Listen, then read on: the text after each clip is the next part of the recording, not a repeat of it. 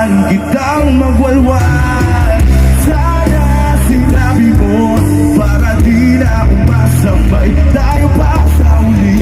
Sana sinabi mo hahayaan naman kita